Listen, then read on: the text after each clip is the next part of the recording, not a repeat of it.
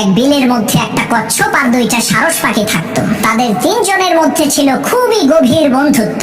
একবার চৈত্র মাসের প্রচন্ড খরার কারণে সেই বিলের পানি একেবারে শুকিয়ে গেল। তখন সেই কচ্ছপ তার দুই সারস বন্ধুকে বলল, দোস্ত, বিলের পানি তো একেবারে শুকিয়ে গেল, এখন আমি বাঁচবো কিভাবে? তখন ওই দুই সারস পাখি বলল, আরে চিন্তার কোনো কারণ নাই, আমরা দুইজন মিলে তোমাকে অন্য আর একটা বিলের মধ্যে নিয়ে যাব যেখানে পানি আছে। কচ্ছপ বলল, সেটা তো বুঝলাম, কিন্তু আমি তো আর তোমাদের মতো উড়তে পারি না, আমি যাব কিভাবে?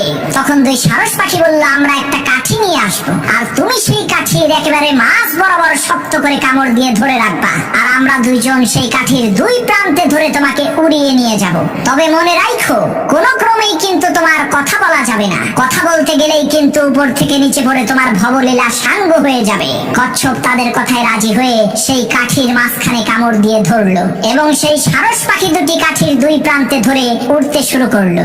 এই দৃশ্য যখন এলাকার লোকজন দেখলো, তখন তারা খুবই অবাক হয়ে চিৎকার করে সেই কচ্ছপের প্রশংসা করা শুরু করলো। তখন কচ্ছপ চিন্তা করলো, এলাকার সমস্ত মানুষ আমার প্রশংসা করছে, সবাইকে অন্তত একবার হলেও তো থ্যাংক ইউ বলতে হবে। এই চিন্তা করে যখনই কচ্ছপ থ্যাংক ইউ বলার জন্য মুখটা খুলেছে, সাথে সাথে সে উপর থেকে নিচে পড়ে তার জনমের মতো সর্বনাশ হয়ে গেল। এজন্যই তো বিশ্বনবী বলেছেন যে কম কথা বলে সে নাজাত পায়।